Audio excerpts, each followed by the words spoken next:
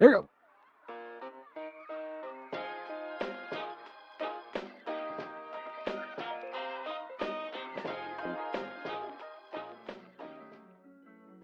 Welcome to the Redshirt Seniors Podcast, a brand new podcast series. I'm Andrew Eskandy, known as Eskandy Sports Online. I'm joined with Dustin, Let It Fly Basketball. How are you, sir? Good, man. Good to see you as always. Let's get it. I'm excited. I am equally excited, maybe a little bit more excited. I'll challenge you on that one. We're going to talk about a lot more excited when I saw the intro because that's sick. Oh, yeah. The toughest intro in the league. I agree. It looks like an iMovie at the end. Redshirt Seniors Podcast name pops up at the very end, but like we're low budget, the lowest budget one would say. It works. But dude, I am excited. We're going to talk about a lot of basketball this year. A lot of Canadian basketball, high school basketball, NBA. And dude, we got to go right into it because all of those things just collided in the last few days. Yeah, we had a crazy couple days. Crazy couple days because you had a guy that played a little bit of high school ball here that did well in Alabama and was drafted 12th overall. And had like super high praise too. We're talking about Josh Primo, obviously. So we're going to take a timeout right here on the very first segment of the very first Redshirt Seniors podcast. There was a Primo discussion that Dustin and I had, but after really sitting down and thinking about it, we both agreed that this is just Josh Primo got waived. There's very serious allegations against Primo. We're going to let the Spurs handle it, let the legal departments handle it, let all the parties involved heal. It's not a productive thing to even dwell on. And it's just not something we feel is, again, going to be productive in a conversation. So Primo got waived. I'm going to leave a little bit of Dustin's 2 cents in there at the very end of that conversation, and we're going to go right back into more positive, productive conversations about Canadian basketball, the NBA, and Dustin has a fantastic Russ take that's going to come up very shortly. So I hope you guys will enjoy the Redshirt Senior podcast moving forward. This is just one of those things in 40 episodes of the Eskandy Sports podcast. I never cut out any portions of conversations like this, but we thought about it. We both looked at it and said there was just no benefit here. The Spurs waived him, rightly so. And let's move forward with the show. Hope you guys enjoy the rest of the conversation. Honestly, what I think and why I think this happens more and more is kids from like 8 years old are specializing and all they live is basketball. So they do middle school, whatever. They play basketball every single weekend. They go to a prep school in grade 9. Then they go to another prep school in grade 10 and they transfer schools in grade 11 and grade 12 and then whatever. But people aren't learning how to be people. They're not learning how to interact. They're not learning social norms, and all they know is basketball. But among all the bad stuff happening, especially as it pertains to Primo in that situation, and Bridges and Book Night, there's been a lot of good, specifically Canadian good, with just a whole number of Canadians, a lot of them being rookies, having just killer seasons right now. Dustin, of the Canadians in the league right now, which ones have stood out to you? Or start with one. Yeah. I've got one guy that is standing out based on just like pure dominance. I first saw Ben Mathurin. Am I saying it right? Benedict Mathurin. I saw him on the U19 Canada team a year ago or 2 years ago, whenever he played with like Nana Oswu. And he was like a for sure standout. I saw this guy, I'm like, why have I never heard of this player before? And then I think he killed at Arizona, got drafted. You're so good at this. What? Did he get drafted 6th? It was him 6th and then Shaden 7. Yeah. So yeah, Ben, his numbers are he's averaging 21 points a game on 45 from the field, 43 from 3, 4.5 rebounds a game, 2.5 assists. Like, those are crazy numbers from a rookie. Off the bench. His numbers are Like he's got like number one categories for a rookie in like the last 5 or 10 years or something. And he looks to me like I don't want to be hyperbole, but he does remind me of DeRozan's rookie stint, rookie campaign, Yeah, where he but was with just actually a little bit more polish. Like, because well, like dude, he's Ben, shooting 43% from three. right, so he's got the jumper, he's got a little tweener, and he has the same sort of body and ability to finish inside. Like that was DeRozan's game coming up. Now we know him as this mid-range like god, and he can get a shot off, and he's clutch and whatever. But that came over 5 to 10 years worth of NBA For trial sure. and errors. Remember how Ben much has he it now. struggled in crunch? DeRozan struggled in crunch time early in his career. He struggled in crunch time. He was terrible in the playoffs.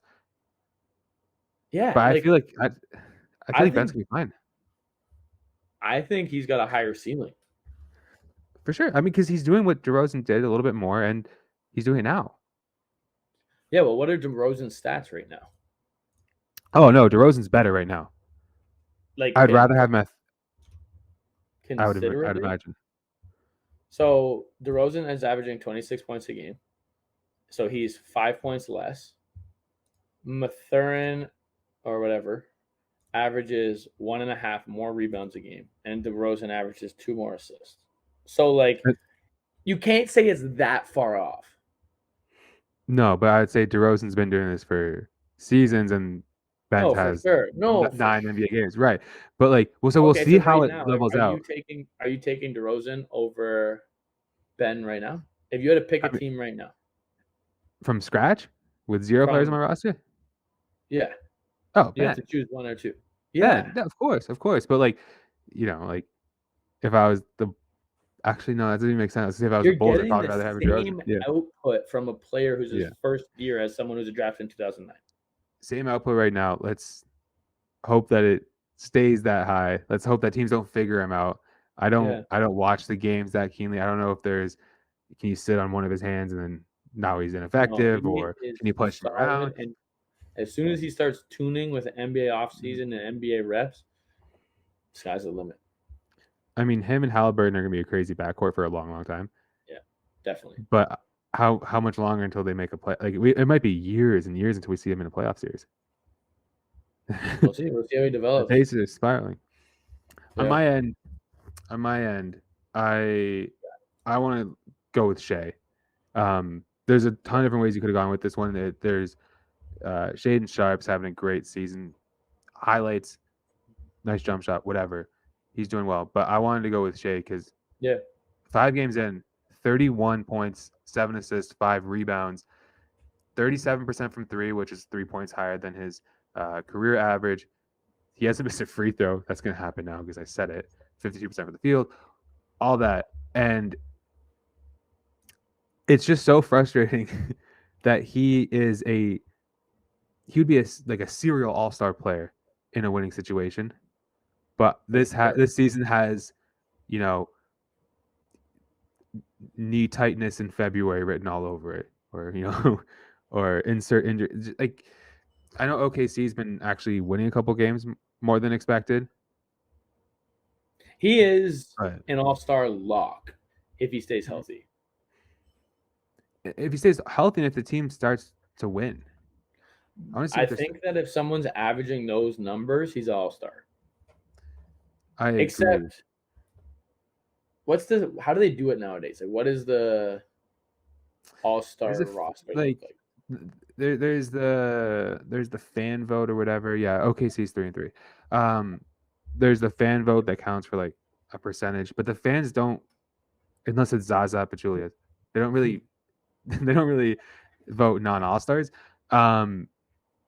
But in the West, as a guard, Luka, Ja, Curry, Booker. If Phoenix was running away with it, is Chris Paul in that conversation? 31 points a game. But I would say then also De'Aaron Fox usually has crazy stats too, right? De'Aaron Fox have been saying too, even on Draymond's podcast recently, they were just like, this guy's an all-star. But not if Shea's doing this. 31, 7 and 5. You know what actually bothers me a lot about the NBA?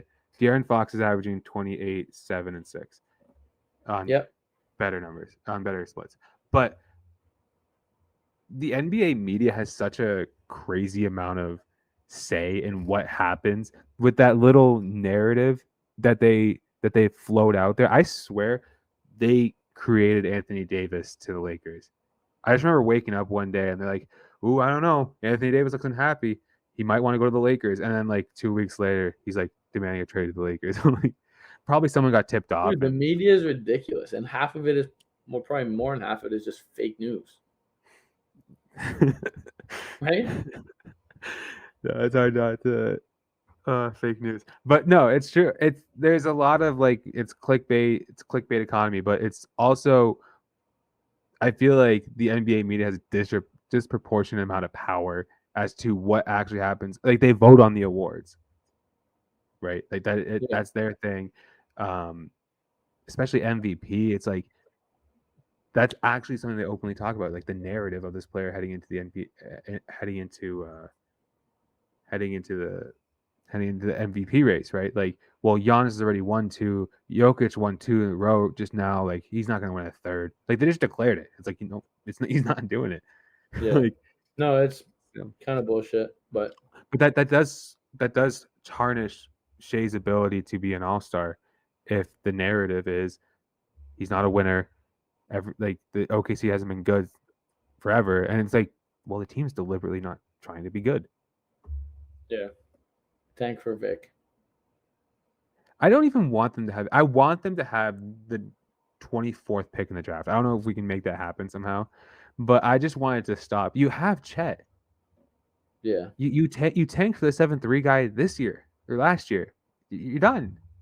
You don't get everyone. You don't get them all, and they have such crazy odds too. I feel like they always like usually a team that has a top 4 or 5 pick projection. A lot of the times they fall out of that mix and randomly a team will jump up. Like the Raptors jumped up, I think, from 7 to 4 or whatever.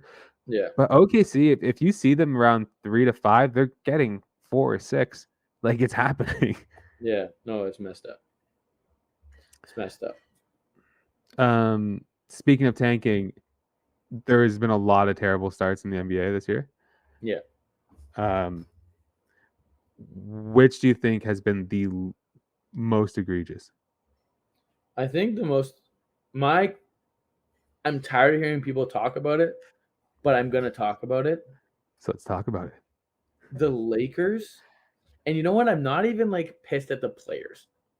It's more pissed on, okay, you knew this didn't work. When you traded for Russell Westbrook, that was dumb. You need players like the guys you traded, Kyle Kuzma. Like you need those kind of players on your roster to win when you have a LeBron James and an Anthony Davis. Right. So now we're stuck with this kind of bullshit roster of like non-shooting that you're in a position where you're 1-4 or 1-5 now. 1-5. 1-5 with a LeBron James. Like that's unheard of. So Lakers organization, please make a trade. Get rid of someone. If Pelinka isn't going to do it, they need to step in and push him in a position where someone else is going to do it. Did you see the locker room celebration yesterday? I've been meaning to send it to you. I don't think I did. No. But they did the cool, like they poured the water on Darvin Ham's back and we got in the locker room and they were like, yeah, we did it. They're celebrating 1-5. I mean, there was a positive. No. They weren't celebrating 1-5.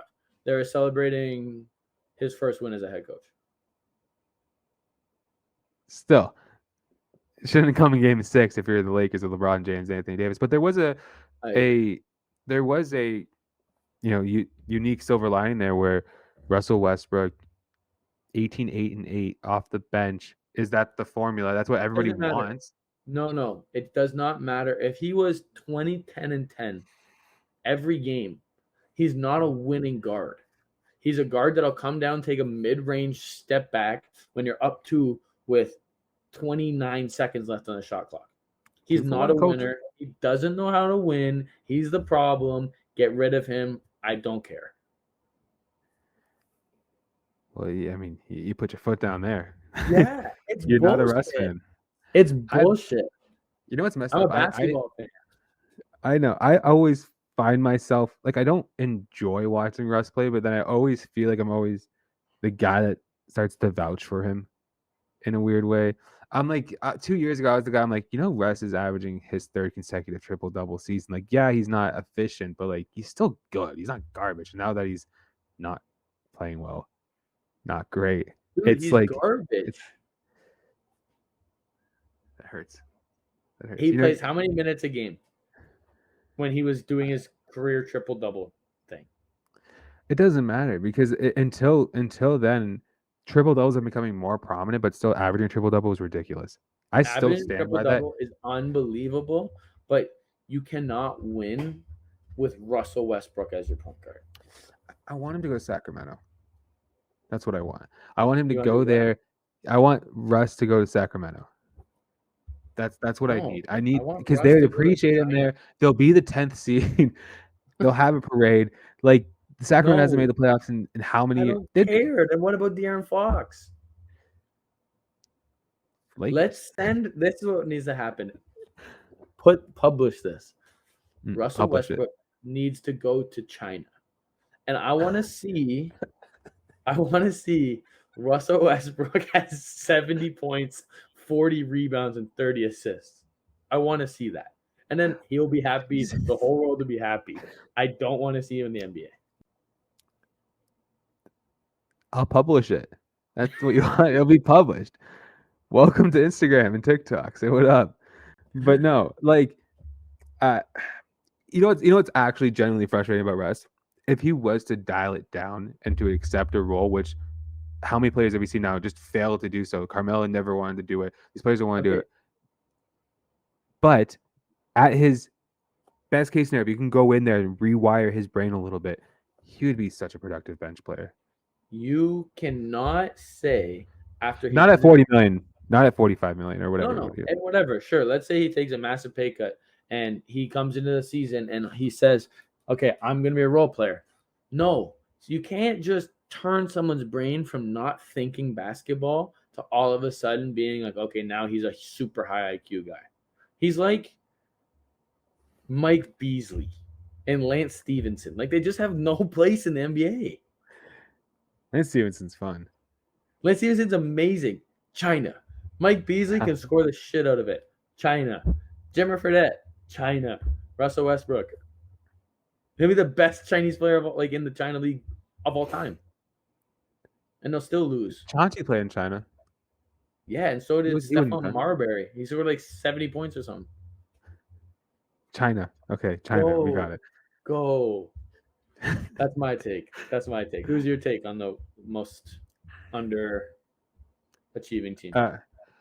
Oh yeah, quick. We can go through it quick because this team's still redeemable, and none of their players should go to China anytime soon. But staying in LA, the Clippers have sneakily had a bad start to the season. Like I know people are talking about and this is where I draw a line between what you said and what I said. I don't think a lot of people had these crazy high expectations for the Lakers anyways. I think it was always going to be a shooting problem. I think there was always going to be, this team has a ceiling. Clippers are a lot of teams' finals picks, deep playoff. Like there wasn't the whole thing about the Clippers is they stockpiled so many wing players, Covington, Norm Powell, all these players that are desirable in the league to withstand Kawhi and PG's absences. And right now they're not. They have a losing record. They don't look great. I know that they're going to turn it around, blah, blah, blah. But how many, you can't just use the whole regular season as practice and then expect to turn on the playoffs because that's what they did the last 2-3 years and it's failed. I agree. I also they're leaning. So I believe that season where Kawhi was in Toronto, he was the best player in the NBA. He plays 35 minutes of defense. He plays offense. He makes shots. He's a winner. Mm-hmm. I think they have another guy on that roster who's not a winner with Paul George. I think Paul George is a killer. He could China? Deadly in China. No, he'd be too lethal. He's unbelievable. Mm-hmm. But I just don't think he's a guy that you really win with. Call me crazy. No, and the good thing about the Raptors season, they were able to withstand Kawhi's absences. I think they had a great record with him out. weirdly like John Morant does. Yeah. When he's not playing with the Grizzlies. But when Kawhi hasn't played for the Clippers, they just don't win. Like, Yeah. they No. just don't get results. Yeah. And you can't hedge your bets any harder than they already have. They have every affordable 3-and-D wing with size in the league on their team. Maybe they should make a trade to the Lakers. They want, and I also liked what I've seen of John Wall, at least in the very early stage of the year. I thought he was fine. But John Wall is a winning point guard, I think. He's just been plagued with Washington, and he's plagued with what? He tore his Houston, knee up in a bowling injury or something. What did he say yeah, happened? He slipped at home. John Wall had the weird thing where he was injured and got an Achilles while injured. Yeah. So he's doing something he shouldn't have, right? Like, come on.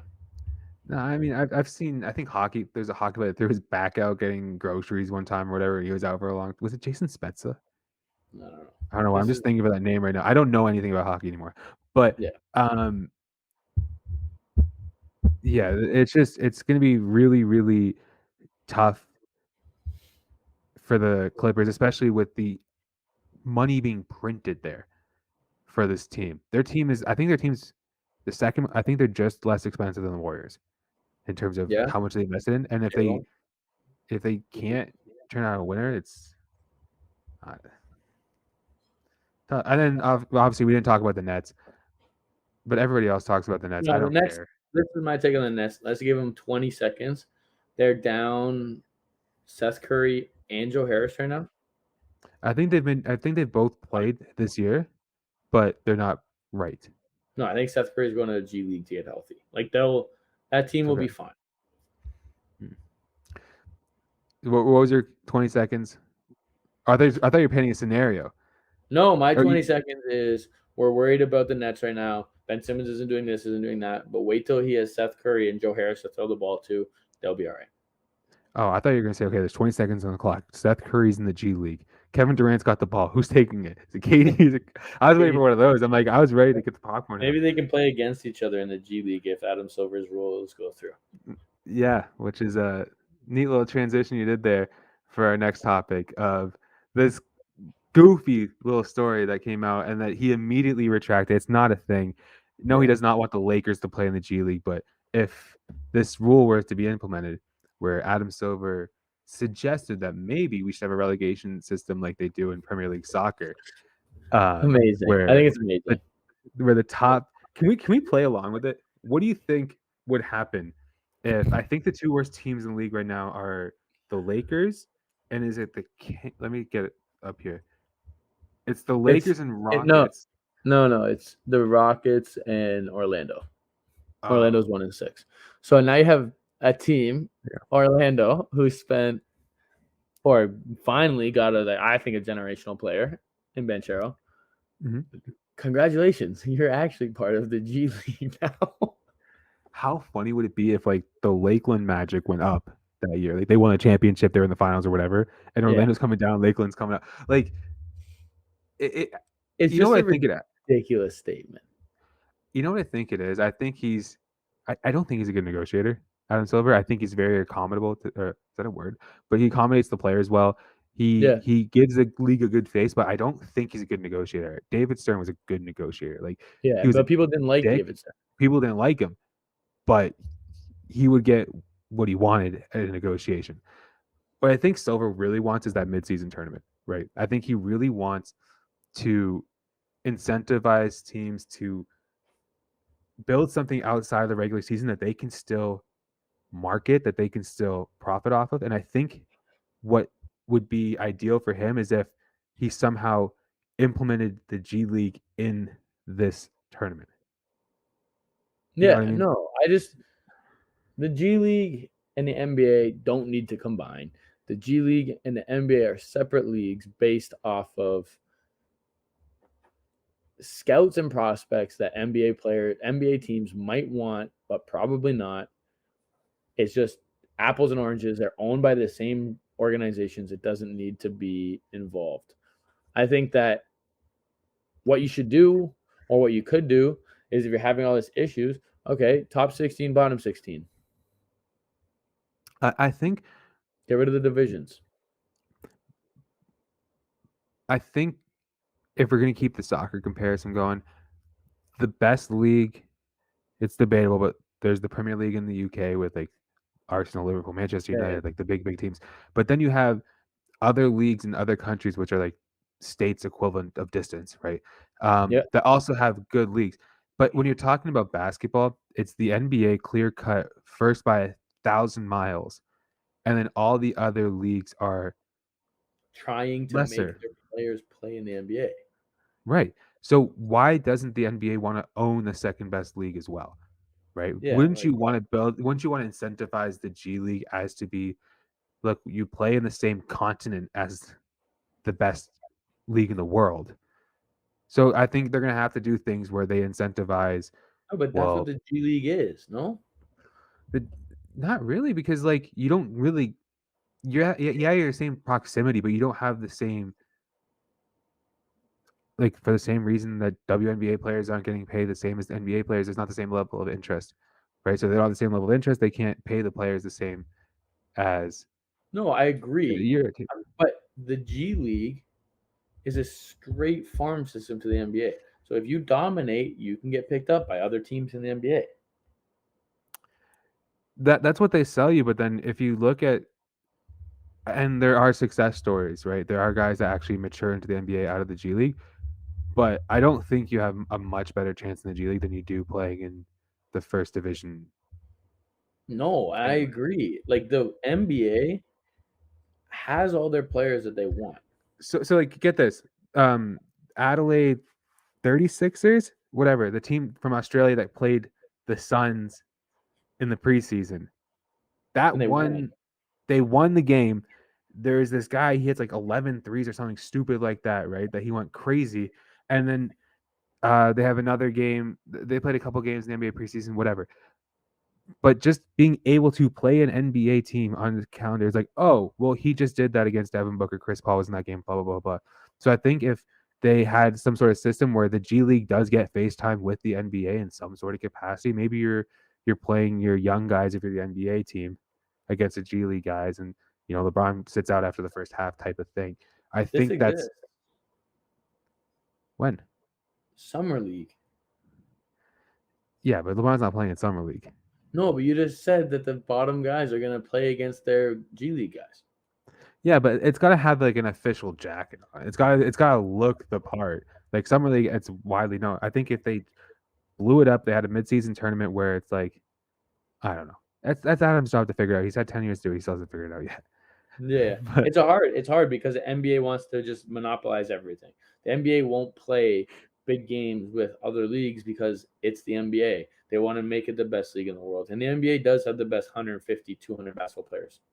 But we've seen this. We saw it with Caleb, a good friend of ours. mhm. Caleb went to summer league and was better than a lot of the guys that Denver was looking at. But he doesn't fit the mold. They're not like marketable. They're the other guys are marketable guys. Whatever. Big name U.S. schools they went to, and now Caleb is making a ton of money as one of the best players on a team, Euro League or Euro Cup, whatever it's called, team. Mhm. And there's guys in the NBA who could like kind of suck. Yeah. In Denver's defense, there, the guy that they were prioritizing that summer league was Bones Highland, who's been really, really good Yeah, this year. but there's Really, no Bones is good. yeah, he's really good. But no, there's other guys on that roster that Oh, for sure, for sure. Caleb had 20 the first game or 16, and then the next game he had 0 because he Mhm. was told not to shoot the ball. Yeah. Um, and that's there's so many elements to the summer league. It's like you're not trying to be the best player on the court. You're trying to be the best candidate to play with the star that plays for that team. So in Yeah, and Caleb's you have no chance situation, of making.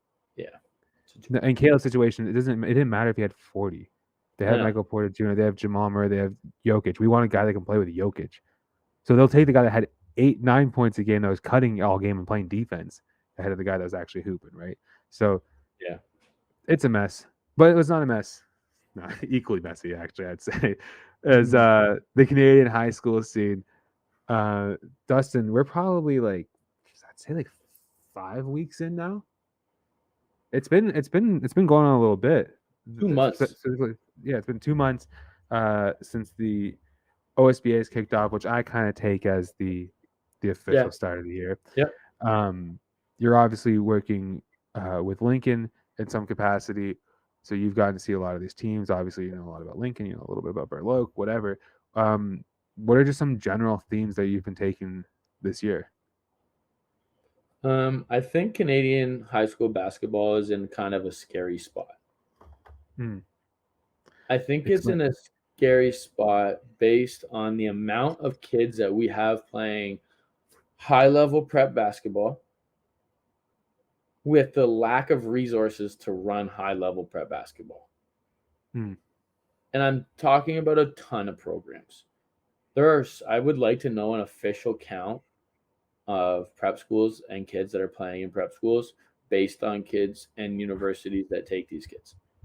My biggest thing with when I was with Oakville was 100% of my guys got opportunities to play at college or university that I recruited. Right. So if I brought you in, you had a chance to play post-secondary basketball. If I recruited you, other kids were put on the team. Some kids didn't make universities, and some kids that I recruited didn't end up taking their spots, but they all had an option. Right. I don't think that happens very often. So if you are running a prep school and you've never coached basketball, what is the value?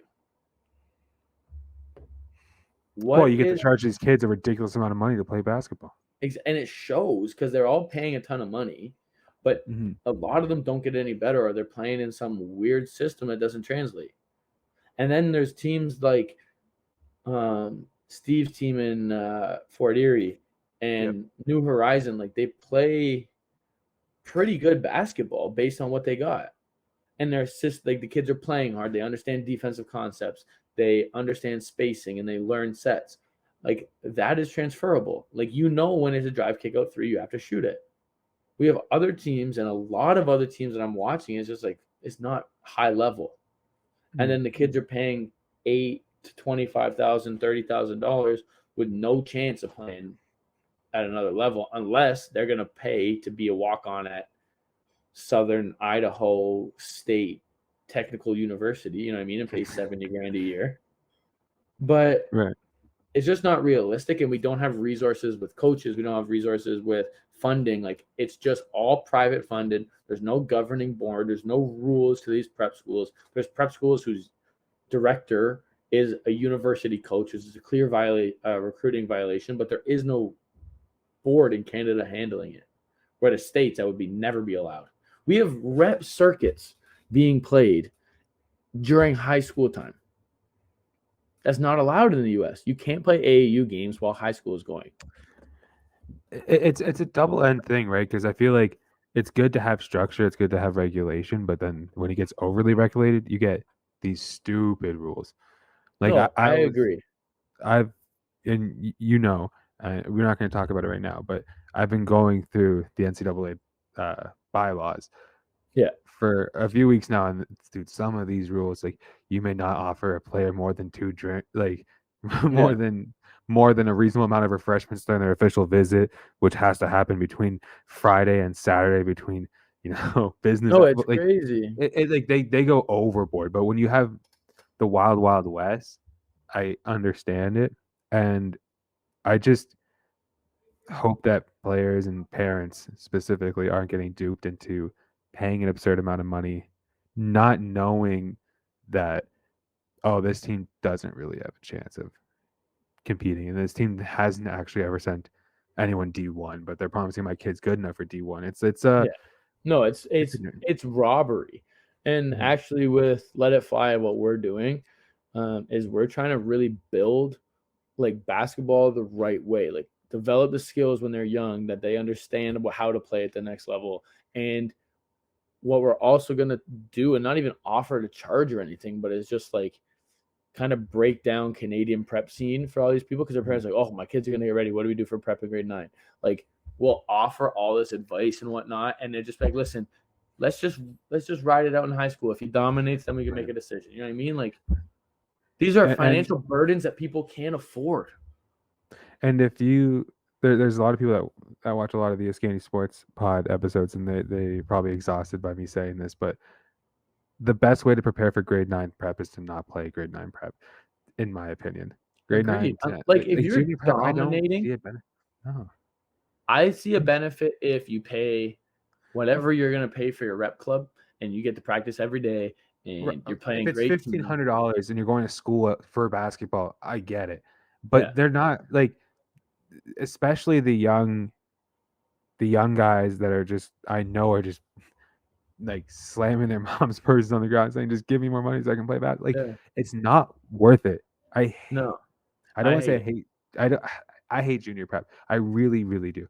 Like, it's, if it's affordable and they're still going to an actual high school, fine. Do you know But dude, what a prep or post grad school in the U.S. actually is? yes, yeah. I went and Exactly. visited Jacob Theodosu over at Western Reserve. That program's insane. Yeah. It's actual college basketball Mhm. run out of a high school program, and post grads are only allowed to take fifth year guys who are prepping for university. We're not throwing 14-year-olds in a gym saying you're going to be the next Michael Jordan to every 15th one and then charging them 10 grand a year. It's unbelievable. Right, and that again, and I think we probably should clear up. There's a lot of schools here that are doing a really good job. Like, Amazing. and if it shows in their records, right, the proper institutions that are taking it seriously, where the coaches are all happy and the players are all in school and everything. Would you say it's a majority of teams? I don't know, but there's a lot of teams. No, you can't. There's actually, yeah. Now I think about it, no, it's definitely not. But If people are hearing only the audio, my answer is it's not the majority. not the majority, but there is a good amount of teams that are doing it by the The right book, way. the Yeah, right way, properly ground up, and it's not a money grab. So, No, I agree. um, It's what not a money grab. for those teams? Okay, they're profitable. Yeah, they're profitable. Yes, but when they say, we've had guys go D1 or we're No, going to get these agreed. coaches here, Agreed. they do that. A But when money you grab walk in one of those gyms, it's apparent, yeah, right? Like when you apparent. walk in Orangeville, you're like, shit, this is dope. Yeah, I had to drive 4 hours to get there. My car broke down 3 times in the middle of Mono. Took me forever But too. it's a tough place to find, especially in the winter. Don't go. Just Drive don't straight go. through the highway. So But weird. yeah, but Orangeville obviously does a great job. I don't want to name all the teams that do a great job, because then all the other ones are But going that's to just like an example. You walk in the gym, you know Yeah. exactly what's going on. The kids all fit the part of a college basketball player. They're 6'5" to 7 foot, and they can play. Tony McIntyre looks at you right in the face and says, "Have you heard of Jamal Murray, Iggy, like all these guys that have played for me?" Yeah, that's what I do, and those teams are good. And what I should have added to the show list, what I haven't mean to add to the show list, Overtime Elite hosted Orangeville.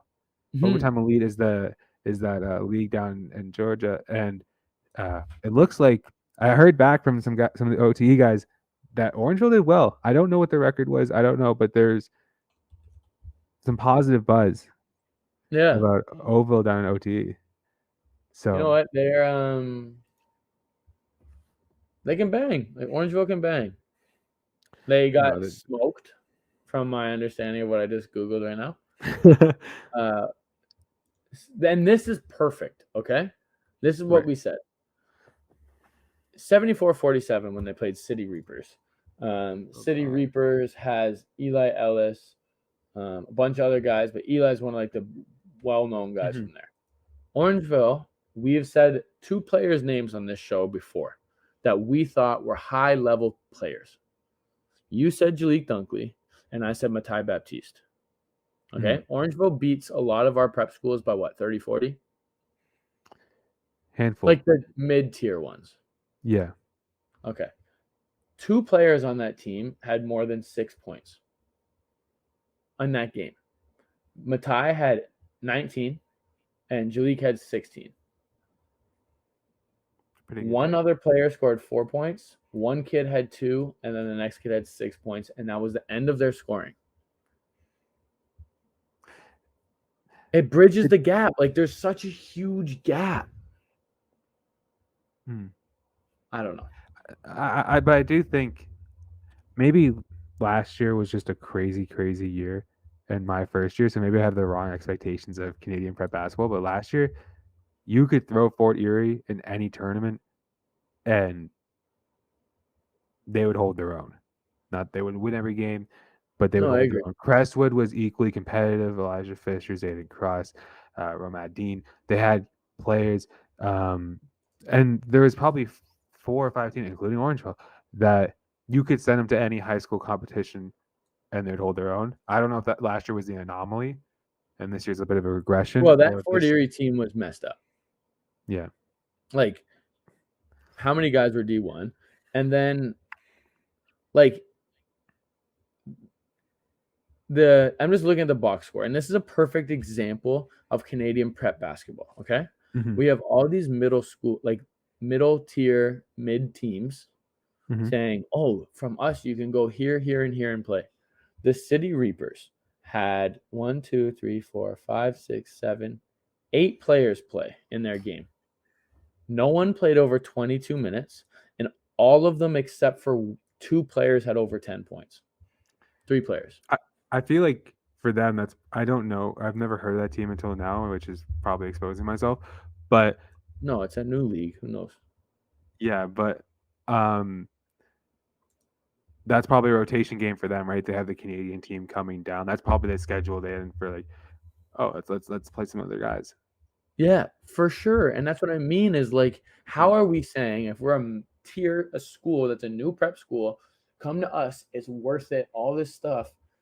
But Orangeville is getting killed by good teams in the US. And Orangeville is beating your team by 80. Like, if Orangeville played against some of these mid teams, they would have a plus minus of 60 points. At least for some of these schools. Yeah, I mean, yeah, there's, but I also think it's like Orangeville specifically have been top to mid tier in the OSBA in Pool A. Like, there's a lot of teams that they can actually like that can go at Orangeville right now in Tier I have 4 teams. A out of the 8. 10. Yeah. It's But which is 8 messed up because they below. did just lose to Hodan or whatever. Yeah, and Hodan can go, Royal Crown can go, USA can go, Fort Erie can go. Shout out Lincoln, Well, you went, and then exactly. Didn't go too hot. that didn't go too hot. And then the Group B teams, I think, would all probably suffer against Orangeville. Yeah. But With that's just what I'm exception saying. Like, we're in a really weird spot in Canadian high school basketball, and it's being blown out of proportions. People don't know about what's actually happening, and it's unfortunate, but a lot of people are playing basketball. I'm gonna throw you a curveball here just to end the pod. Your Halloween prediction for OSBA finals this season, and I'm only gonna hold it to you as far as this I have is 2. I have 2. two No, final predictions. No, I imagine. No, I think I have. I think it'll be United Scholastic. I think United Scholastic will struggle if they have to play Fort Erie, Charles' team, Fort Erie Red. I think they'll struggle because they'll be coached really well at Fort Erie. I think they may be a little bit too young to maybe pull it out if they had to. So I think it'll be Scholastic and Crown. I would have the same matchup, but I would, just for the sake of argument, I'm gonna take out I'll take out Crown, and I'm gonna put in Jay Addison just to give them a shout out because dude, they look strong. They look strong. They had a defeat to Orange. I think they lost to USA, but they didn't have, 2 of arguably their top 2 players. Rav Yeah, was no, out and their big they've was out. lost 2 games. Right. And Rav's been out for an extended period amount of time, who's their point guard from BC that everybody Yeah. loves. And then there's They lost to USA in Orangeville, and they lost to Orangeville by 11. They lost to USA by 23. But yeah, but they didn't have their no, guys. I agree. Yeah. Rav and the big athletic kid, and he got It's Sacco or wings. Sano. I get them mixed up. I don't know. I have no. But I like it. They can, but like last year, I feel like the top 5 last year, any one of those programs would be number 1 this year. Yeah. Whether it's last year's USA team, last year's Orangeville team, last year's Royal Crown team, last year's Fort Erie team, and even Crestwood last year, any one of those 5, I think, would be running away with this year's league, which is fine. It's fine because now there's more teams that have a shot at winning this year. But when it comes to top end talent, we were spoiled last year for sure. We were spoiled. Dustin, how old are you, Dustin? 29 years old. I'm 27 years old. I'm turning 27. I'm 26. But we just spent an hour talking about basketball and high school basketball, and I think we might be getting a little too old for this shit. Hence the Redshirt Seniors podcast. But it's never too late to redshirt. Dustin, where can people find you? What's the best way to work with Let It Fly? Hit me up, Instagram. My personal is Dustin McTaggart. I love to answer questions or kind of debate any of this high school NBA stuff. I own Let It Fly Basketball. We're really trying to build it out the right way. We got the Little Kid Academy. They're like 12 years old playing real NBA offenses. We're in the gym every single day. If you want to train, message Let It Fly Basketball, please. And guys, I'm going to be away from the scene for a little bit here, stranded in the States yet again. But I'll let you know the next time you guys can find me at. And until then, let's listen to that banger outro music one more time, huh? It is a banger. See you guys. Thanks.